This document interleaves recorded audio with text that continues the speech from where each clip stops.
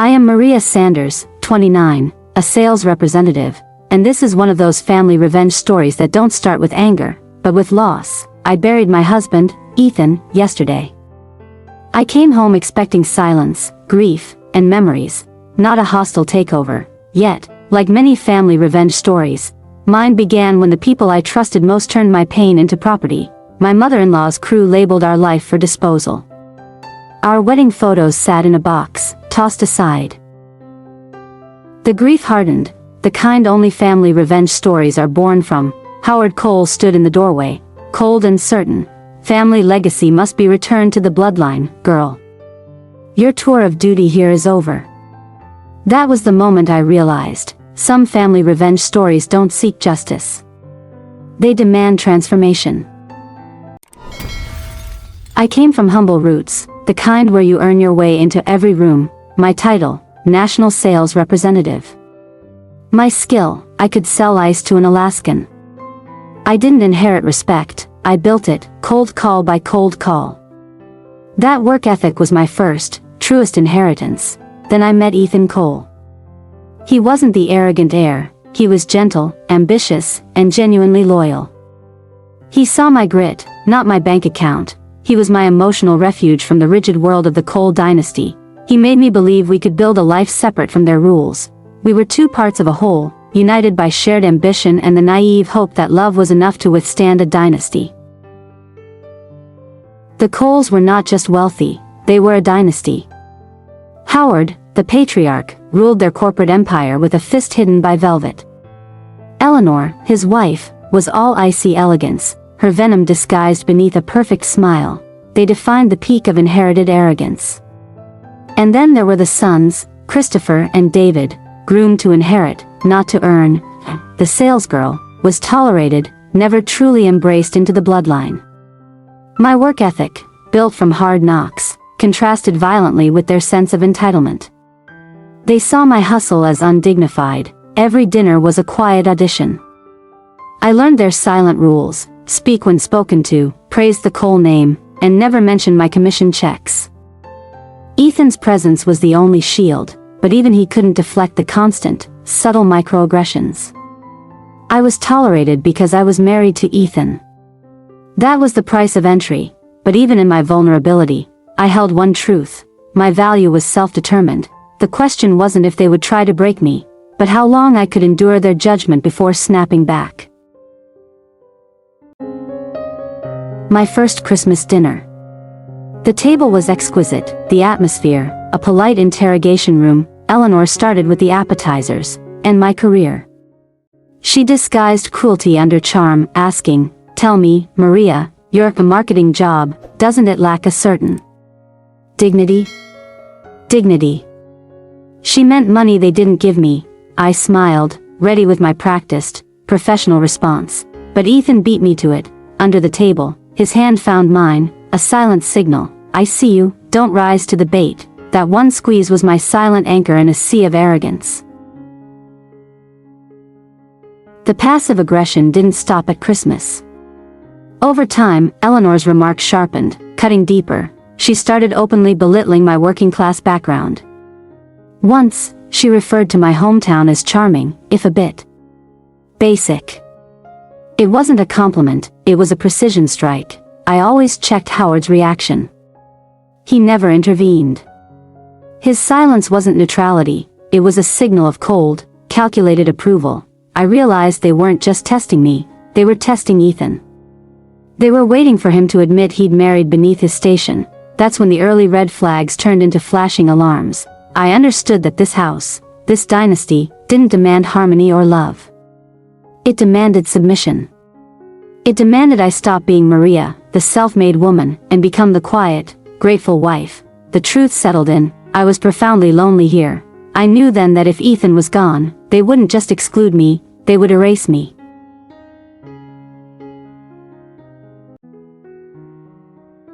I won the National Sales Performance Award.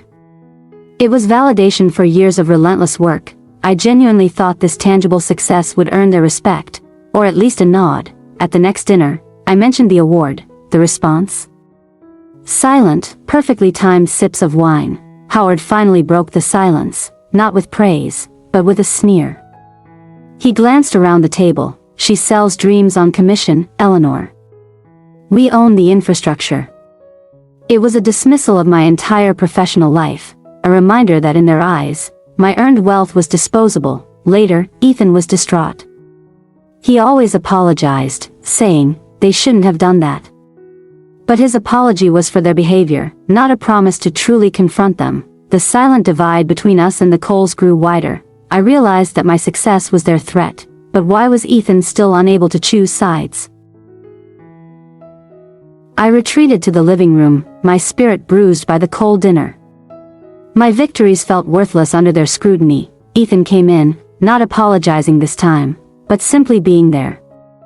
He knew their silence hurt more than any loud argument. He took my hand, not the defensive squeeze from under the table, but a reassuring hold. He looked me in the eyes and delivered the truth. Ethan said, they fear you because you've built what they only inherited. That one sentence was a lifeline.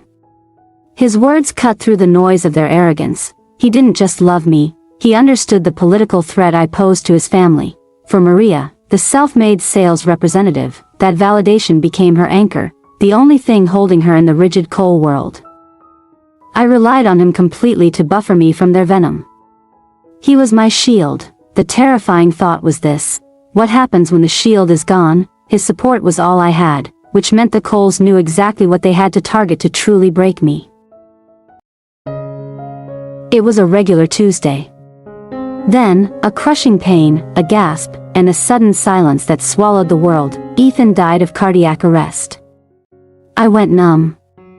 The emergency room became a sterile blur. The truth was simple, brutal. My shield was gone. The funeral was a show, a Cole family performance of grief. Eleanor shed calculated tears.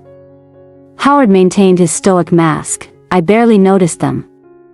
My focus was the closed casket, the finality of it. My own grief was too pure to mingle with their theater, but before the last hymns had faded, Howard seized his moment. He cornered me, his voice a low, inappropriate growl.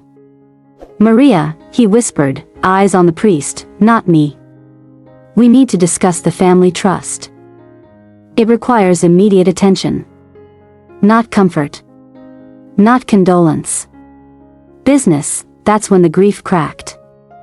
I saw the pure, unadulterated greed in his eyes. Barely hours after burying his son, the Cole dynasty wasn't waiting for the dust to settle. They were already staking their claim. My sorrow was instantly replaced by icy, calculated alertness. I left the cemetery not as a widow seeking comfort, but as an opponent. What had Ethan done to protect me? The will reading was held in a polished, soundproof room. It felt less like a grieving ritual and more like a corporate execution. The Coles were a united front. I was an outsider. The lawyer, all dry professional neutrality, laid out the documents, but the verdict was already written on Eleanor's face. The lawyer cleared his throat and delivered the blow. Due to a prenuptial agreement and a rigid family clause, the majority of Ethan's substantial assets revert to the Cole family trust. I was allocated a minimal financial recognition, a pittance, just enough to silence a weak challenge, but not enough to build a future. As the lawyer droned on, Eleanor leaned in, her eyes shining with malicious triumph. She whispered, low enough only for me to hear, "Bloodline always wins, Maria." Always, that sentence was the gasoline. My initial shock dissipated. It wasn't about law, it was a personal declaration of war. I didn't flinch. I didn't cry. I didn't even correct her. I simply absorbed the insult, letting the cold fury settle into my core. They wanted me gone, weak, and quiet. But they had just given me something more valuable than money, a purpose, forged in fire. I knew the ambush wasn't over. The legal documents were just the beginning. What would they seize next? I bypassed Eleanor and walked straight to Howard. My voice was low, devoid of tears. The sales rep training kicked in, demand the explanation, control the negotiation. Howard, I said. I demand a full explanation for this illegal invasion. What exactly is the basis for this eviction? Howard didn't even adjust his tie. He gave me the look he usually reserved for low-level corporate rivals, patronizing and utterly dismissive. "Maria," he sighed, as if explaining gravity to a child. "You know the will. You know the trust. Don't make this uglier than it has to be," I pushed back. "The will grants me a minor stipend, not the house. The house was in both our names." He shook his head. A gesture of cold pity. "We amended the deed years ago, Maria. This property belongs to the Cole bloodline." That's when he delivered the final, crushing line, the one meant to shatter my self-worth entirely. He leaned in, lowering his voice. He said, with chilling clarity, "You were temporary. An attachment. A phase. Your tour of duty here is over." I felt the fire rush to my face.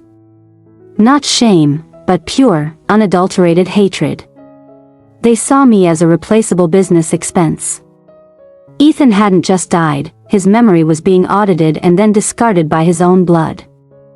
I shifted my stance, moving from negotiation to analysis. I had my explanation. Now I needed my evidence. My pain was a liability.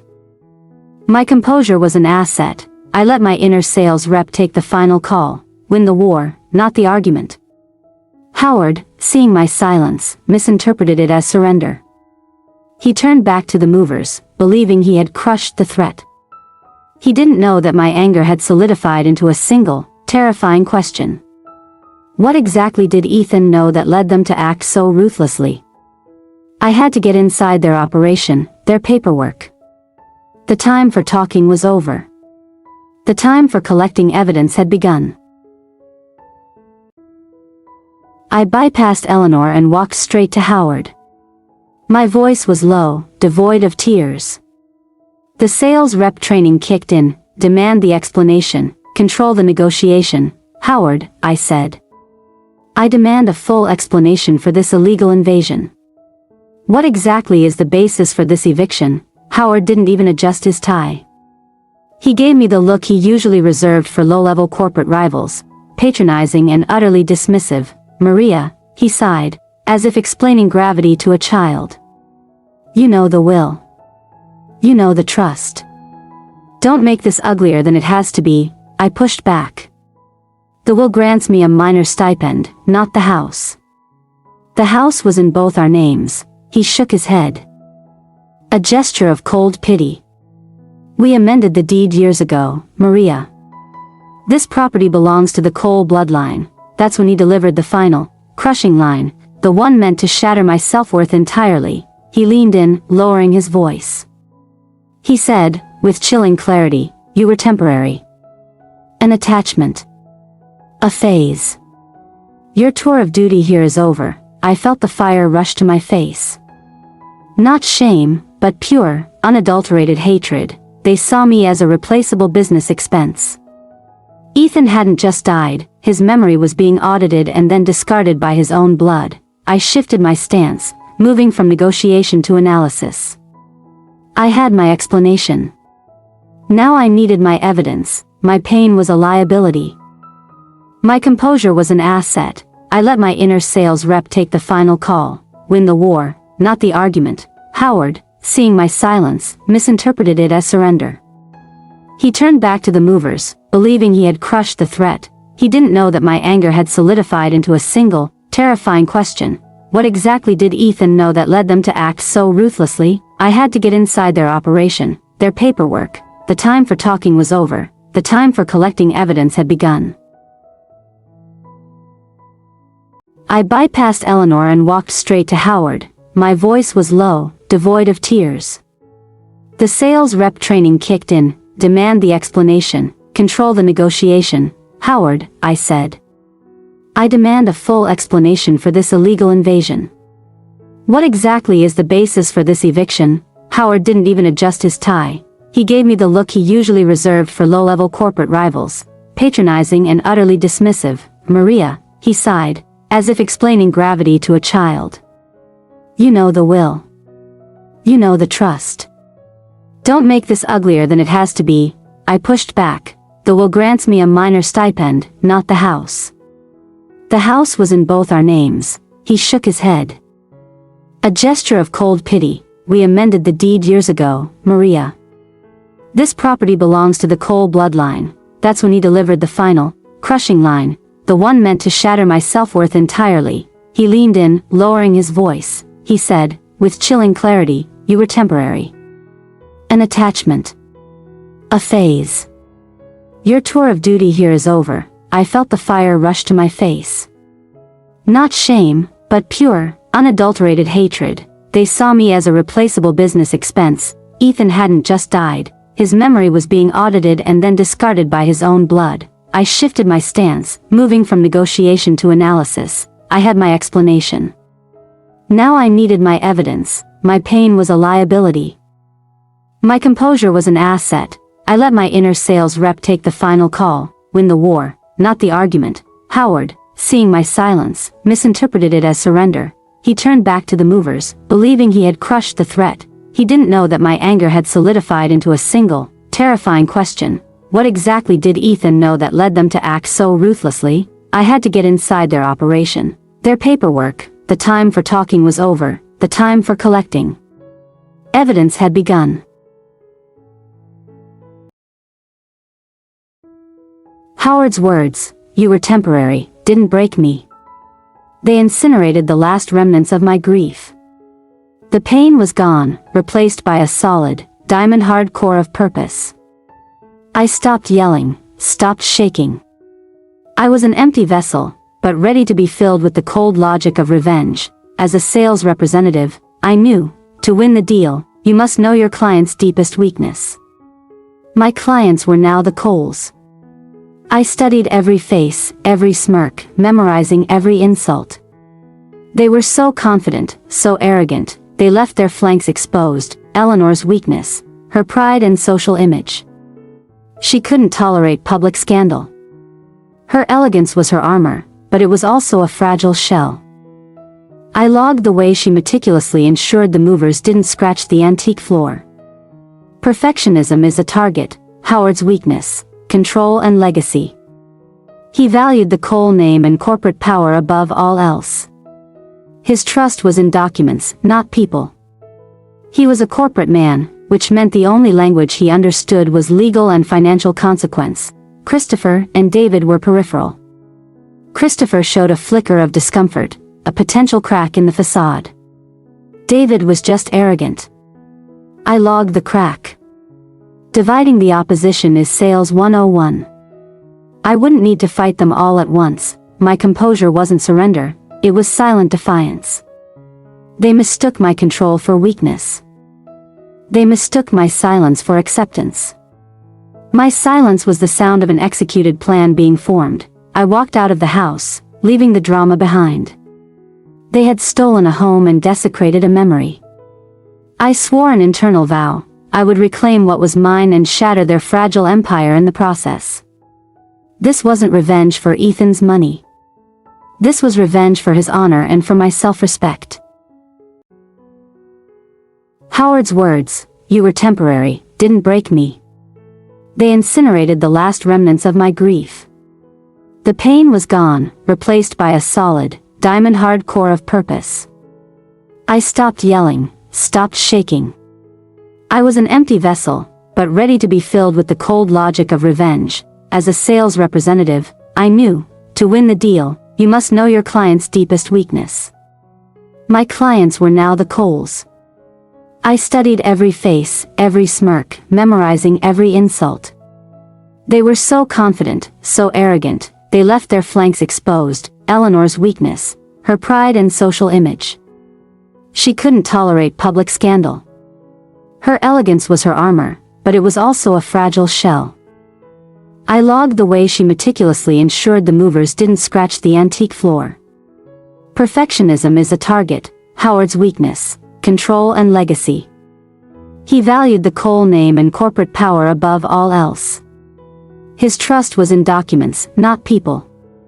He was a corporate man, which meant the only language he understood was legal and financial consequence. Christopher and David were peripheral. Christopher showed a flicker of discomfort, a potential crack in the facade. David was just arrogant. I logged the crack. Dividing the opposition is sales 101. I wouldn't need to fight them all at once. My composure wasn't surrender, it was silent defiance. They mistook my control for weakness. They mistook my silence for acceptance. My silence was the sound of an executed plan being formed. I walked out of the house, leaving the drama behind. They had stolen a home and desecrated a memory. I swore an internal vow. I would reclaim what was mine and shatter their fragile empire in the process. This wasn't revenge for Ethan's money. This was revenge for his honor and for my self-respect.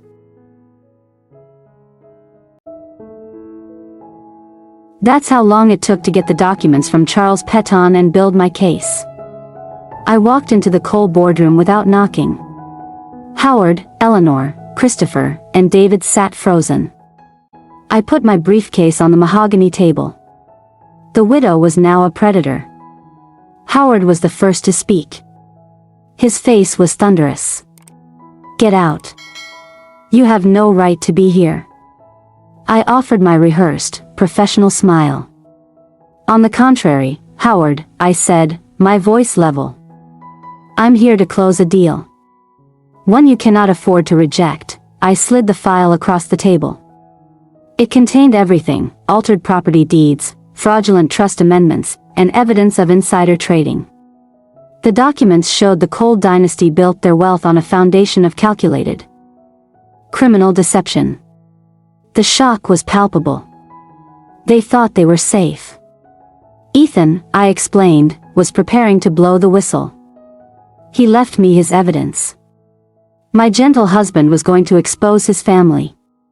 His death may have been natural, but my new purpose was absolutely unnatural. Eleanor, seeing the threat to her social standing, tried manipulation. "Maria, darling, don't do this. Think of Ethan's memory." I laughed, a cold, short sound. "You erased his memory when you tossed his photos.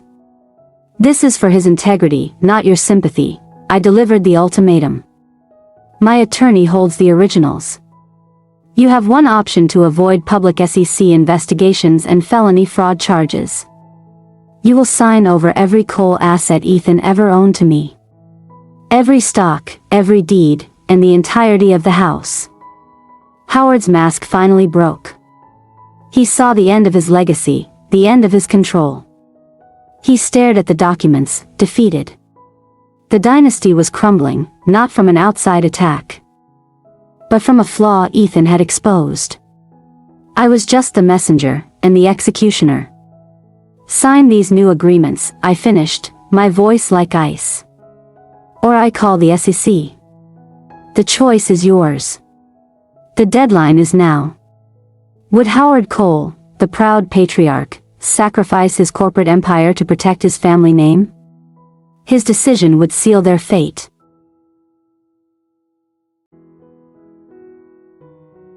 The silence was shattered by Christopher and David arguing over the documents.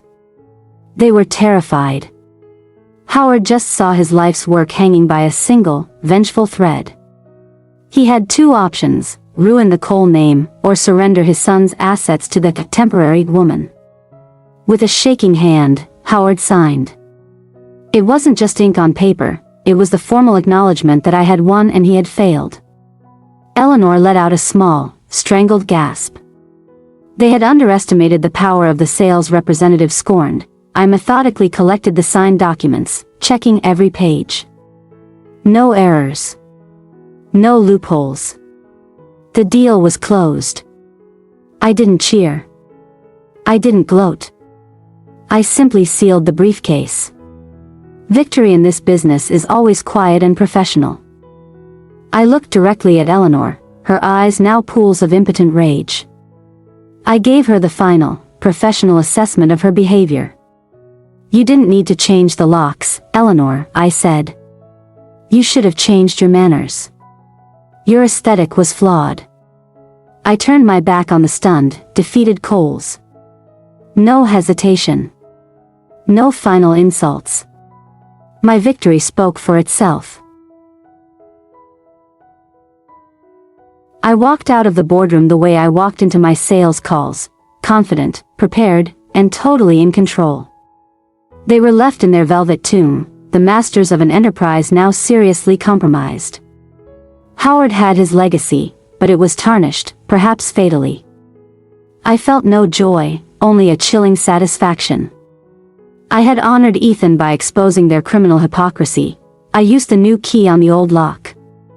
It turned smoothly. The house was now legally mine, a victory not of money, but of justice over arrogance. I didn't move back in immediately. I stood on the porch, realizing my revenge was complete. But was my story? Ethan's assets were protected. The Coles were wounded. But in a family dynasty, vengeance is rarely a one-and-done deal. They had lost the battle, but would they regroup and try to destroy me by other means? The Cole dynasty never truly surrenders.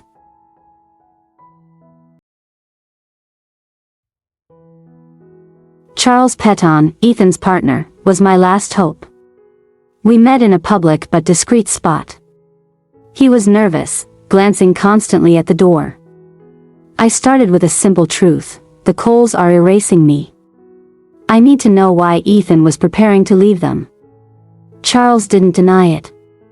He confirmed Ethan had discovered the fraudulent trust amendments years ago. Ethan couldn't live with the deceit, Charles admitted. Ethan had been quietly gathering evidence to expose the insider trading that underpinned Howard's entire career. Did he leave anything for me? I asked, my voice barely a whisper. Charles reached into his jacket pocket. He placed a small, encrypted drive on the table. He wanted you protected. Maria. He called it the final inventory. Charles's eyes were firm. I'll give you the key, but you have to promise me you will only target Howard and Eleanor. Not the firm, not the innocent employees. I didn't hesitate. I'm a sales representative, Charles. I only target the decision makers. You have my word. I revealed my plan, using the fraud evidence not for public exposure initially, but as leverage to reclaim Ethan's assets. Charles admired the strategy. It was a clean, surgical strike, exactly the kind of negotiation the Coles would understand. Holding that tiny drive, I felt the shift. The balance of power was finally equalized. My self-worth was restored with every incriminating file it held. I wasn't the grieving widow anymore, I was the guardian of the truth, armed with the ultimate threat. I spent the next 48 hours studying the ledgers. I needed to know the fraud better than Howard himself. Preparation is the currency of the professional. The meeting with the Coles wasn't a debate. It was going to be a presentation. My final sales pitch. The Coles had drawn first blood by trying to erase me. Now, I was armed, informed, and ready to show them what a true tactical counterattack looks like. They expected tears and pleas. They were about to get a cold, calculated ultimatum. Who would break first when the truth was laid bare?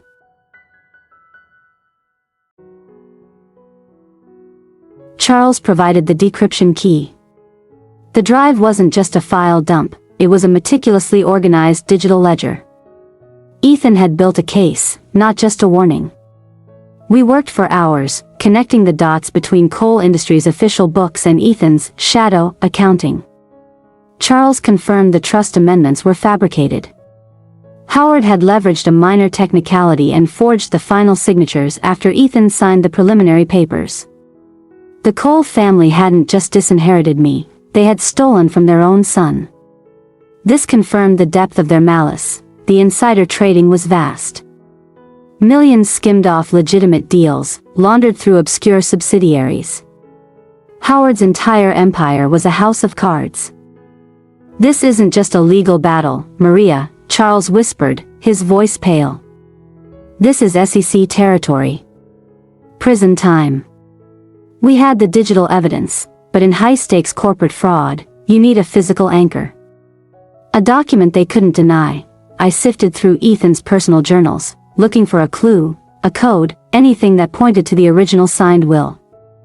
I found a financial statement from a shell corporation. Next to Ethan's signature, I noticed a tiny, almost invisible UV ink mark. Charles brought a small UV pen light. The mark glowed, revealing the coordinates for a safe deposit box outside of Cole's jurisdiction. Ethan hadn't just left me data. He had anticipated his family's every move, including their attempt to seize all assets. The safe deposit box held the original, untainted will, securing all assets, including the house, directly to me.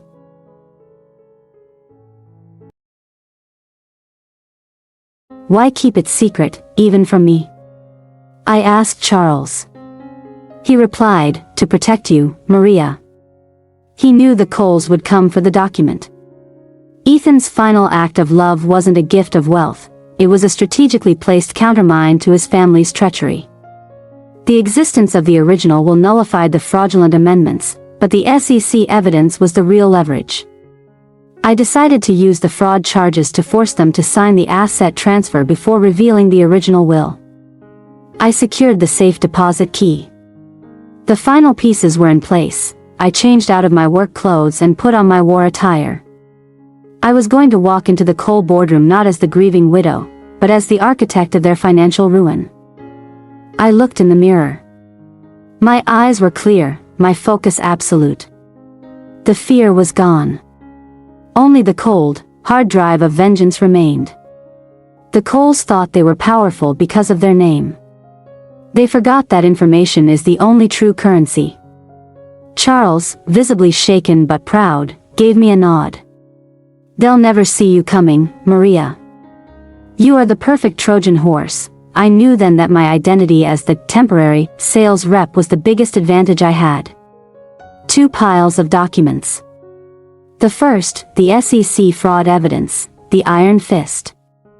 The second, the asset transfer agreements, the velvet glove.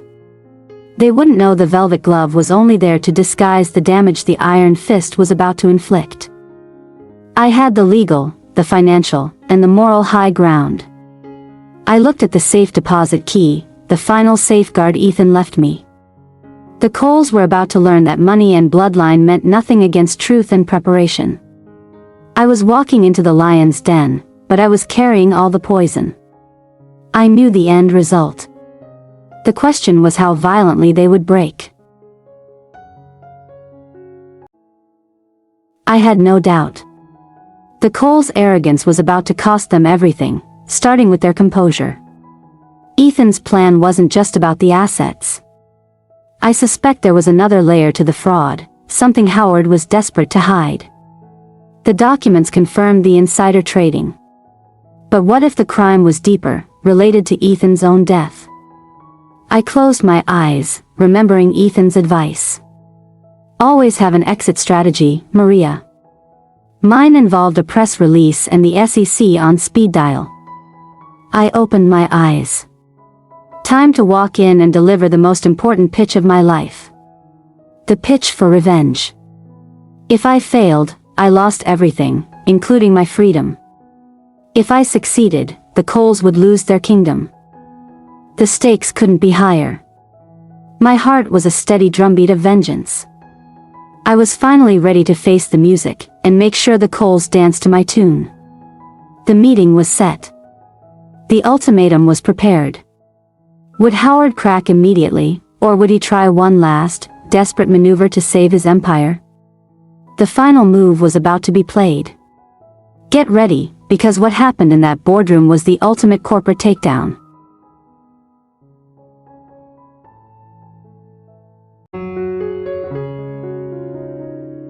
Howard had signed, trading Ethan's assets for the silence of the SEC files. The immediate crisis was averted for the Coles, but the clock was ticking. I stood up, adjusting my suit. The meeting was over. The transaction was complete. I didn't owe them silence. I owed them consequence. I sent a single, coded text message to Charles Peton and my lawyer. The message was simple: execute the final step. This was the pre-authorized instruction to file the complete SEC complaint. Howard thought he bought my silence. He only bought my compliance on the asset transfer. The fraud complaint was filed the moment he signed. They wanted a clean deal, but they forgot I specialize in the unspoken clauses of vengeance.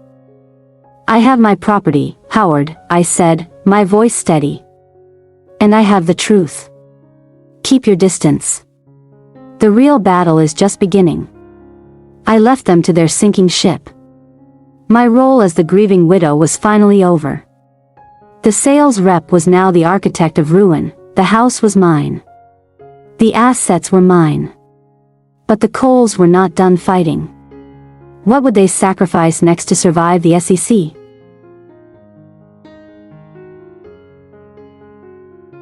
I knew the Coles wouldn't surrender quietly.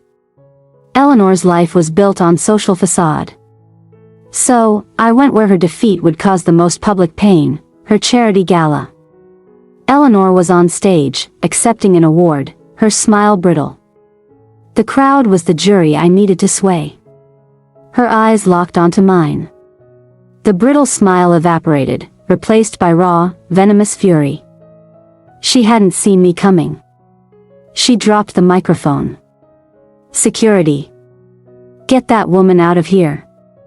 Her composure was gone, and the audience was watching. Eleanor didn't wait for security. She charged me, ignoring Howard's frantic pleas. She decided to use her last weapon, public humiliation. You cheap gold digger, she spat. You ruined my son's final moments. You're a parasite on the Cole name. I didn't flinch. While she was screaming, I took a bundle of paper from my bag, not the SEC files, but the Cole Industries bank statements. I tossed the bundle into the air. They fluttered down, revealing massive transfers to Eleanor's personal foundation. A parasite? I asked the room. These are just a few statements showing millions diverted from the company into her charity. The crowd noise swelled. I hadn't revealed the fraud, just the hypocrisy. Eleanor's face was the color of dust. She lunged, not to hurt me, but to grab the papers. A primal, desperate shriek tore from her. The facade had shattered entirely. Howard finally reached her, pulling her away. He was dragging his wife, the elegant Eleanor Cole. Out in total, public disgrace. The Coles cared only for their image. My revenge wasn't just taking their money, it was destroying the one thing they valued more, their perceived purity. I hadn't made an SEC filing announcement. I'd simply planted the seed. The social ruin would precede the legal one. I left the gala, letting the rumors, and the bank statements, do the heavy lifting.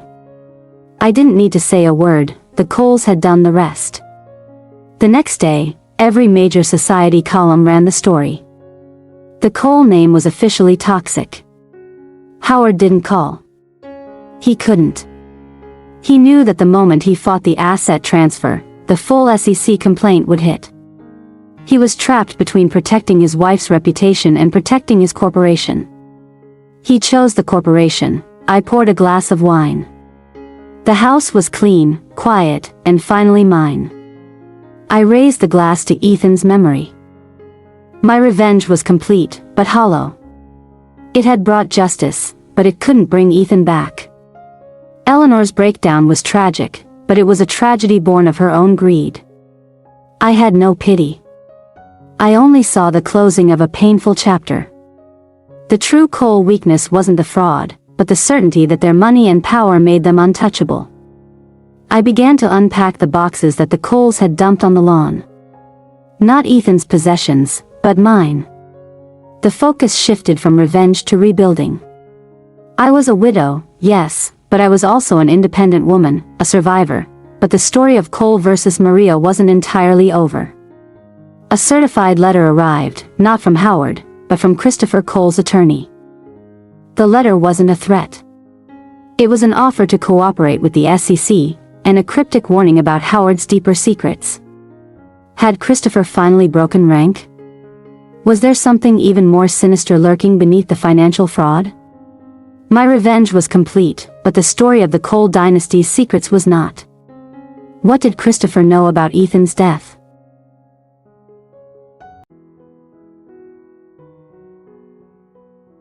I hadn't expected the letter from Christopher's lawyer to lead to him appearing on my doorstep. He looked defeated, completely unlike the smug brother I remembered. "Maria," he said, his voice flat. "I know I have no right to be here. But I read the letter from my lawyer. I need to talk about Ethan." I let him in, but I kept my distance. Trust was a currency the Cole family had defaulted on long ago. "Howard sent you to test the waters?" I asked. Christopher shook his head. "No. Howard isn't speaking to anyone. Maria, I'm here because I know the full truth." He took a deep, ragged breath. He started talking about the insider trading, but I cut him off. "I know about the fraud, Christopher. I already filed the SEC complaint." He flinched. "Then you know Howard's willing to sacrifice me and David to save himself." "But Maria, Ethan's death wasn't natural." The words hit me like a physical blow. The silence in the room was absolute. My cold, hard purpose had been about money and honor. This was different. "What did you say?" I whispered. My voice was suddenly fragile. Christopher leaned forward.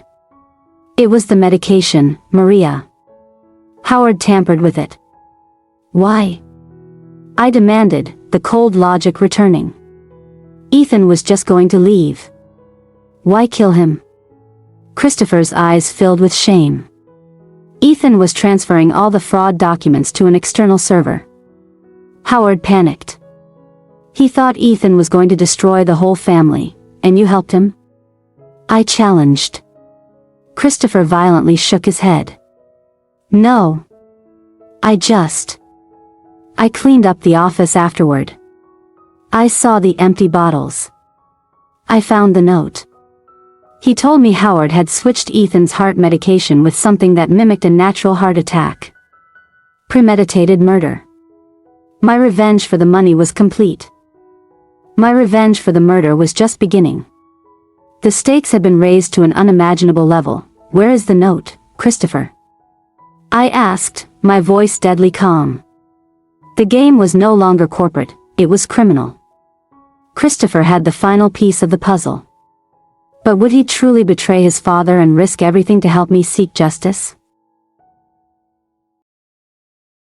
Christopher was taking the ultimate risk. He knew this confession would ruin him, but he was choosing truth over bloodline. He handed me a sealed envelope. "It's the note, Maria," he whispered. "Howard's handwriting." He outlines how he altered the medication. Howard emerged, flanked by lawyers, still radiating arrogance. He saw me, then Christopher next to me. His face went white. He glared at Christopher. "What are you doing? Get away from that extortionist." He still thought I was just after the money. I ignored Howard. I walked past the reporters and directly up to the man waiting near the exit, a detective I had contacted through Charles Peton. I handed the envelope to the detective. "This is the note, detective. It concerns the death of my husband, Ethan Cole." "It's a confession," the detective nodded and raised his hand. Two uniformed officers immediately approached Howard. The murmurs in the hall erupted into chaos. Howard tried to protest, but the words caught in his throat. He understood instantly. The SEC was the distraction, the murder was the trap. I watched as the handcuffs clicked shut on Howard Cole's wrists. The proud, untouchable patriarch was being led away in shame, not for money, but for taking my husband's life. His eyes met mine one last time. They held no hatred, only the bleak realization of total defeat. Christopher stood alone, watching his father leave. He had sacrificed his reputation and safety, but he had finally done the right thing for Ethan. I gave him a small, sincere nod. Not forgiveness, but acknowledgement of his courage. He deserved his own quiet redemption. The reporters surged toward me. I said only one sentence, ensuring the focus remained where it belonged. My husband, Ethan Cole, did not die of natural causes.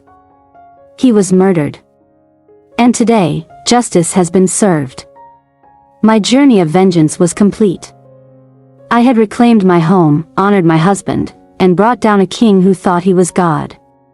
The cold fury was gone, replaced by a quiet sense of finality. The price of their arrogance had been paid in full. The Cole dynasty was destroyed, financially and criminally, but for me, the next chapter wasn't about revenge, but about building a new life. Could I ever truly escape the shadow of the Cole family, or would their legacy of deceit haunt my new beginning? The story continues in the epilogue.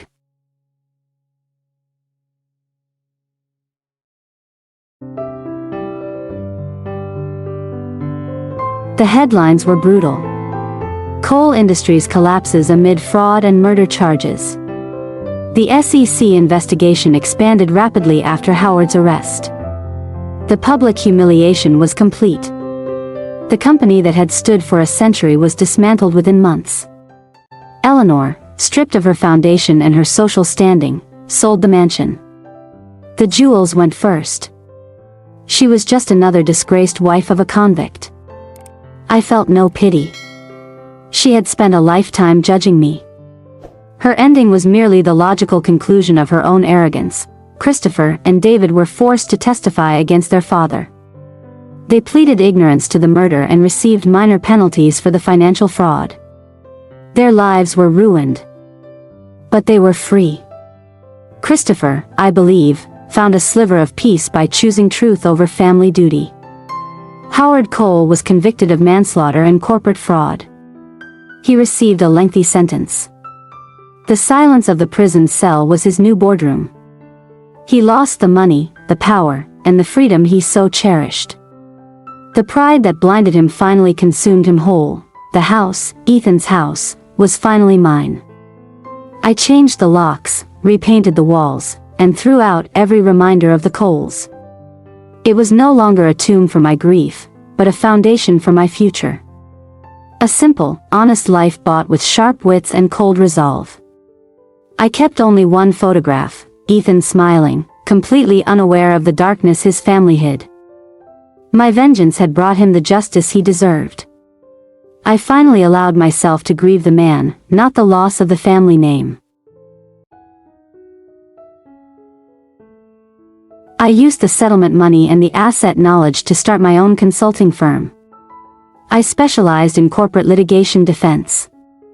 I was the perfect consultant. I knew how the criminals thought, because I had hunted the best of them. The drama was over. My days were filled with strategy, not suspicion. I had exchanged the gilded cage of the Cole dynasty for true, earned freedom. The only thing I fought for now was my client's legal protection. Never again for a place I didn't truly belong. That's the end of the Cole saga. The lesson? In a family revenge story, the greatest weapon isn't rage, but the cold, calculated execution of a plan. They tried to erase me, but they only revealed the truth about themselves. I was just the messenger of their downfall. Vengeance is a double-edged sword. It cost me sleep and peace for months, but it delivered justice for the man I loved. I would never seek revenge again, but I will never regret the time I spent dismantling the empire built on Ethan's pain. I boxed up Ethan's briefcase, the same one Howard tried to seize. I kept the house and the financial stability, but I let go of the pain. I was no longer defined by my relationship with Ethan or my hatred for his family. My identity was now mine to forge. If the Coles had simply been kind, would have walked away quietly. But they chose war, and I was the professional they should have feared. This whole saga was a reminder, never underestimate the quiet one. They have the most to lose, and the most calculated will to win.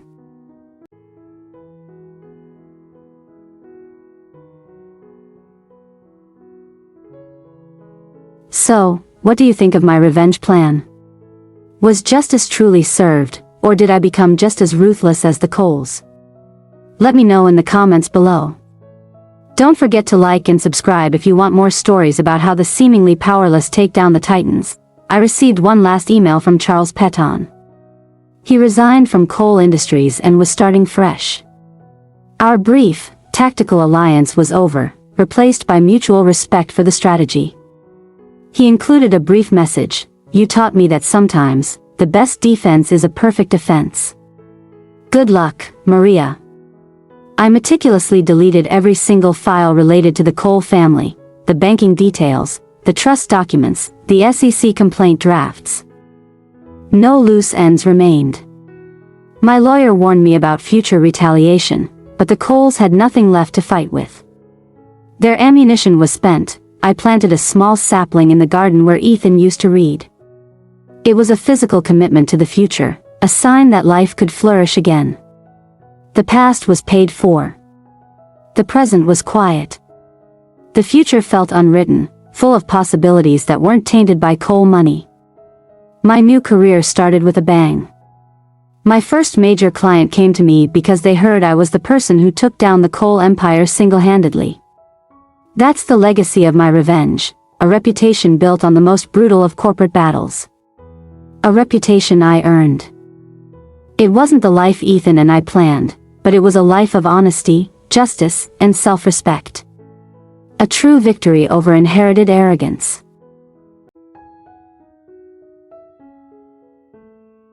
The house had finally settled into a comfortable silence. The ghost of coal arrogance was banished. I was sorting through Ethan's books, a task I had dreaded for months. The physical act of cleaning became a spiritual cleansing. I was no longer the widow of a Cole, I was just Maria. I had won everything I set out for, but victory had left its mark.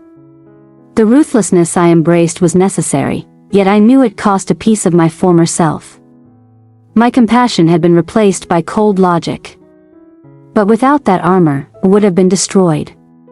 It was the price of survival. What the Coles tried to take, my dignity and my future, they inadvertently fortified. I emerged with a resilience I never knew I possessed. I wasn't just surviving, I was thriving.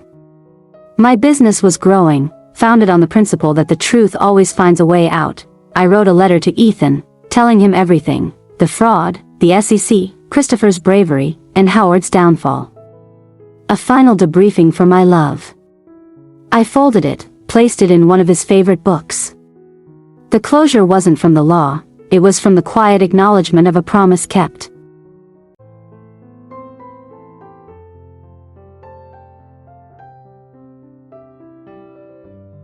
Charles Peton, my reluctant ally, opened his own ethical investment firm. He named it The Inventory. A subtle, shared joke we never spoke aloud. It was a small detail, but it proved that even in the most toxic environments, some integrity can survive and rebuild. I officially reverted to my maiden name. The Cole name was a badge of shame, a symbol of everything I fought against. I finally severed the last tie. Maria. That was my identity. Stronger, smarter, and infinitely more capable than the woman who married into that corrupted dynasty, my new purpose was clear: using my intimate knowledge of high-level corruption to help others fight back. It wasn't revenge, but preemptive defense. I was building a career on the principle that no one is truly untouchable. The sun set on my quiet victory. It was a victory not televised, not celebrated on the society pages, but deeply felt within. I had avenged my husband and found myself in the process. This was the true, unforeseen dividend of my family revenge story. We've covered everything from the deception to the final justice. But I want to hear from you. What do you think was the Cole family's biggest mistake? Drop your thoughts in the comments. Thanks for watching. Like, subscribe, and remember, karma doesn't always wait for the next life. My new office wasn't in the Cole skyscraper. It was smaller, quieter, and every lease payment was mine alone. I called the firm Phoenix Litigation. It symbolized rising from the ashes of my past. My focus shifted entirely from revenge to justice, providing defense to those wrongly accused by corporate giants. My first client was a whistleblower who faced destruction from a former competitor of Cole Industries. I knew their playbook by heart. We won easily. The victory felt purer than the Cole settlement. It was justice for a stranger, a clean transaction of integrity. I taught my team that the key to any legal fight isn't just law, it's psychology. Know what your opponent values most. And use that to your advantage. The Coles valued reputation more than money, and money more than freedom. That hierarchy was the flaw that brought them down. One afternoon, I saw David Cole, Ethan's younger brother, working as a delivery driver. He looked thin, burdened, and utterly unremarkable. Our eyes met for a fraction of a second. There was no hatred, just a shared understanding of the Cole family disaster. We both kept walking. David was a footnote in the saga. He was guilty only of silent compliance, yet he lost everything. A casualty of his father's blinding pride. That encounter reinforced my belief, my vengeance was not excessive. It was a force required to break a generational curse. I spent time and money on quality, not Cole money, but money I earned. Every piece of furniture was a statement of independence. I learned that true security doesn't come from inherited wealth, but from the unshakable belief in your own capability. I changed my style. No more demure dresses. I wore sharp, powerful suits. The woman who emerged from the fire was a force, not a forgotten widow. Ethan would have been proud of the justice, but I think he'd be prouder of the woman who refused to be defined by her suffering. Many ask if I regret the vengeance. I don't. It was never about bitterness. It was about imposing a necessary order where chaos had reigned. My revenge was a surgical procedure. It removed the cancer of the Cole family from the world, allowing honest people to breathe again. There was a time when my hand trembled just signing the settlement papers. Now, every signature is firm, a mark of authority. I mastered my fear and used it. The greatest asset I gained from the Coles was not the house, but the unwavering confidence in my ability to execute. I found an old, faded brochure for Cole Industries' initial public offering. A reminder of the glamorous facade that concealed the rot beneath. I tossed it without a second thought. My new foundation wasn't built on history or inherited names, it was built on hard-won truth. My future is bright, not because of the money I gained, but because of the battles I fought and won on my own terms. I no longer walk with my head down. I walk like a woman who knows her worth and is ready for the next challenge. Christopher, I heard, was working a nonprofit, dedicating his life to combating corporate corruption. A strange, circuitous path to redemption. He didn't ask for forgiveness, and I didn't offer it. But his courage ensured my husband's murderer was caught. That was a form of closure we both shared. The sun set on Phoenix litigation. I left the office, not to retreat into grief, but to enjoy a quiet, well-earned evening. This was the true victory. Not the wealth, but the simple ability to control my own narrative, free from the Coles drama. I often walk through the garden now. The roses Ethan loved are thriving. The house is no longer a trophy, it's a living, breathing home. The air here is cleaner. The foundations are solid. And the only inheritance I care about is the memory of a good man, not a bad name. My phone is quiet. No desperate pleas, no veiled threats. The silence is golden. The debt of the Cole family has been settled. I moved on, not by forgetting, but by turning the pain into purpose. That is the ultimate strategy in any family feud, so, this is where the story of the Cole saga truly ends. Not with a bang, but with a quiet, unshakable confidence. I hope my story empowers you. Remember that even when the odds are stacked, smart planning is stronger than inherited power. And as for me, the new chapter is still being written. It's filled with late nights, legal briefs, and the occasional reminder that I built this, brick by calculated brick. I have everything I need. Justice. Peace. And a strong, independent identity. The final balance sheet is positive. Now, tell me, what is the one thing you would never sacrifice for power, and why? Let me know. We've reached the end of the Cole saga. But before we finish, I want to share the hardest truth. Revenge changes you, not just your target. I had to become ruthless, meticulous, and cold. I spent a year walking in the dark, but that darkness taught me how to see the shadows. The constant warfare, the financial maneuvering, the social dismantling, it was exhausting. The Coles nearly won simply because I got tired of fighting. If you seek justice against a powerful foe, remember this: your patience must outlast their privilege. That is the secret weapon. Howard's ultimate flaw wasn't criminality, it was his belief in his own exceptionalism. He thought the rules were for everyone else. Arrogance isn't power, it's a giant, flashing target. When people feel untouchable, that's when they make the dumbest, most incriminating mistakes. Ethan was the only truly good person in that dynasty. He suffered because he tried to challenge the family system. He paid the ultimate price for integrity. This saga taught me that family is a choice.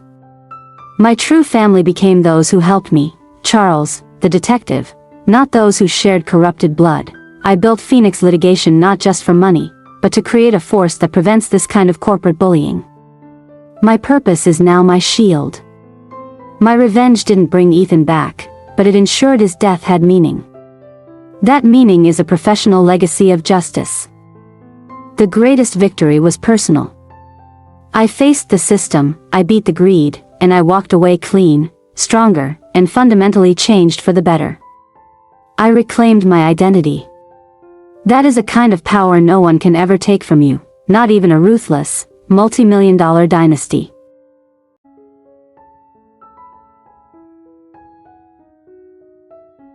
If you are facing a massive injustice, don't react immediately. Sit. Wait. Observe. The villain will always reveal their weakness. Your emotional pain is valid, but your cold, calculated action is what delivers justice. Channel the rage, but don't let it drive the bus. That is my story. The end of my personal warfare and the beginning of my true life. Thank you for listening to the final reflection on the Cole family saga.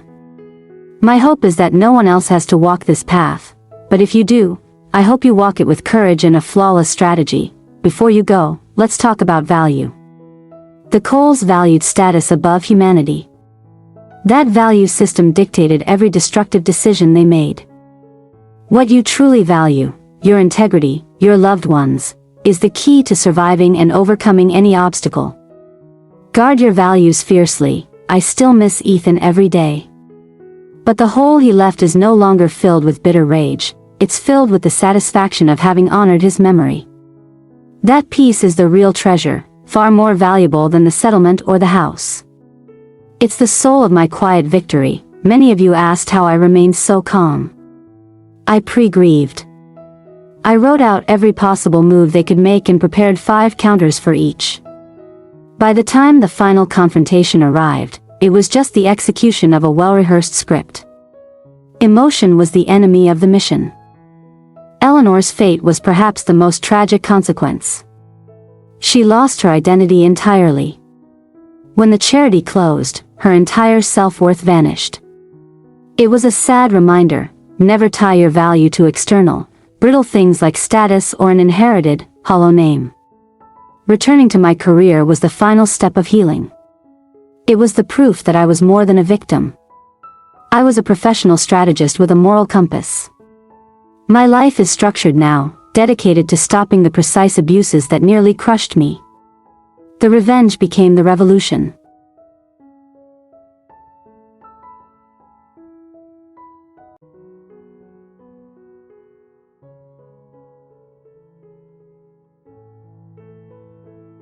Power isn't inherited, it's taken through smart decisions.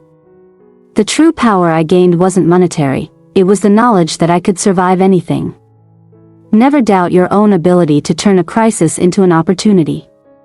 The coal crisis became my foundation for unshakable independence. I want to thank all of you who followed this story. Your support kept me accountable and reminded me that I was fighting for more than just myself. Sharing this saga was a final act of closure. It transformed private pain into a public lesson on ethical warfare. Ethan once told me, the best way to defeat a bully is to refuse to play their game. I played their game, yes, but I used their own rulebook against them. That's the subtlety of strategy. Always use the terrain, the rules, and the expectations of your enemy to spring the perfect trap. Today, my life is dedicated to ensuring that corporate power is always checked by justice. That is the new Coal legacy, authored by Maria. The scars remain, but they are reminders of my strength, not my failure. They are a testament to the fact that the quiet ones are often the most dangerous. So, final question. What is the greatest lesson you learned from the downfall of the Coal dynasty? Share your thoughts below. 2 years after the dust settled, my mornings are peaceful. No urgent, panicked emails. Just the sound of the birds and the smell of coffee. I appreciate the small things now. The quiet victory wasn't just about justice, it was about reclaiming the beautiful simplicity of life. I rediscovered my old love for painting. It requires focus and patience, the same skills needed for revenge, but the outcome is creation, not destruction. This creative process is a form of healing. It's proof that my mind is free from the poisonous Coal strategy sessions. I made a new friend, an artist who lives down the street. Our conversations are about color palettes and local politics, not corporate espionage. It's a connection based on honesty and mutual interest, a refreshing change from the Coal world where every relationship was a transactional asset. The financial settlement was essential, but the real win was taking control of the money myself. No joint accounts, no Coal accountants. I track every cent. It's a habit born from suspicion, but it's become a ritual of self-reliance. My security is my own making. I realized a month ago that I hadn't checked the prison news or any articles about the Coal family in months. The obsession finally died. My energy is now invested entirely in the future, not in the ruin of the past. That severance was the final, liberating act of revenge. I raised a glass of cheap, honest wine, the opposite of the vintage Coal reserved for himself, and toasted Ethan.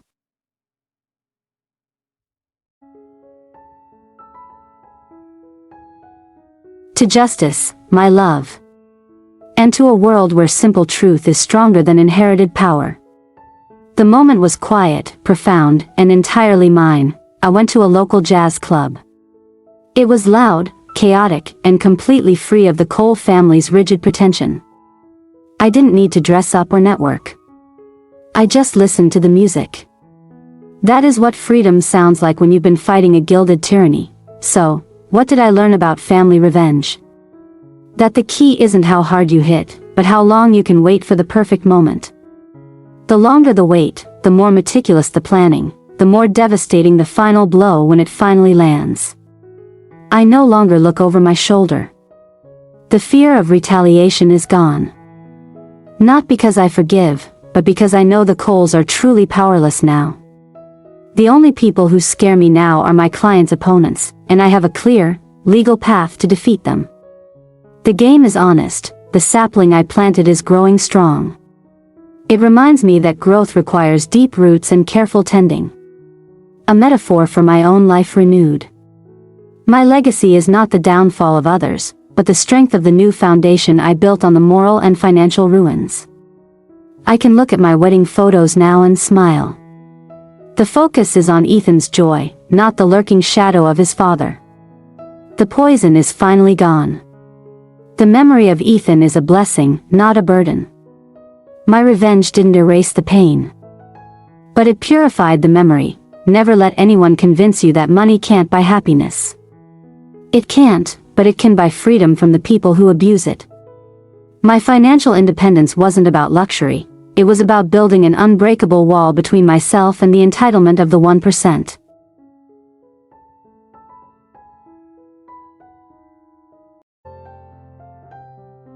Christopher. He sends me an annual holiday card. It's addressed to my maiden name. He's building his own quiet life. Our path to justice was a shared, silent one.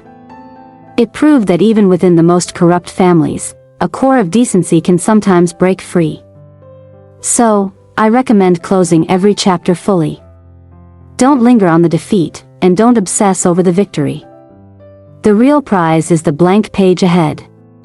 The next chapter is about Maria, the strategist, the survivor, the consultant. And that chapter is going to be a blockbuster. I close the book on vengeance, not with a triumphant shout, but with a quiet, firm thud. Mission accomplished. The power they tried to crush me with is now my greatest tool. It's the irony of the Cole story, they created their own downfall. The loneliness was real.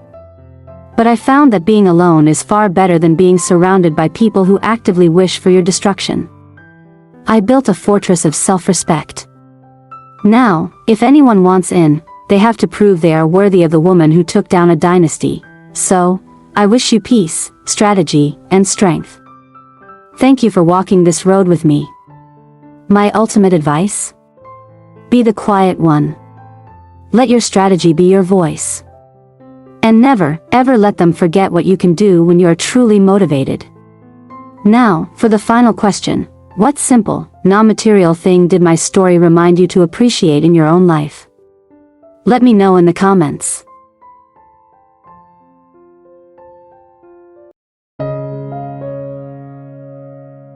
The final excerpt is essentially a concluding reflection, a call to action, like and subscribe, and a final question for the audience, typical of a summary section or epilogue. The most logical way to segment it for audience emotion is to separate the core lessons from the final sign-off and call to action. The Cole saga proves that no dynasty is too big to fail if their foundation is built on lies. Remember, strategy always beats arrogance. Your intellect is your weapon. Use it wisely. I hope my story has shown you the true meaning of calculated revenge.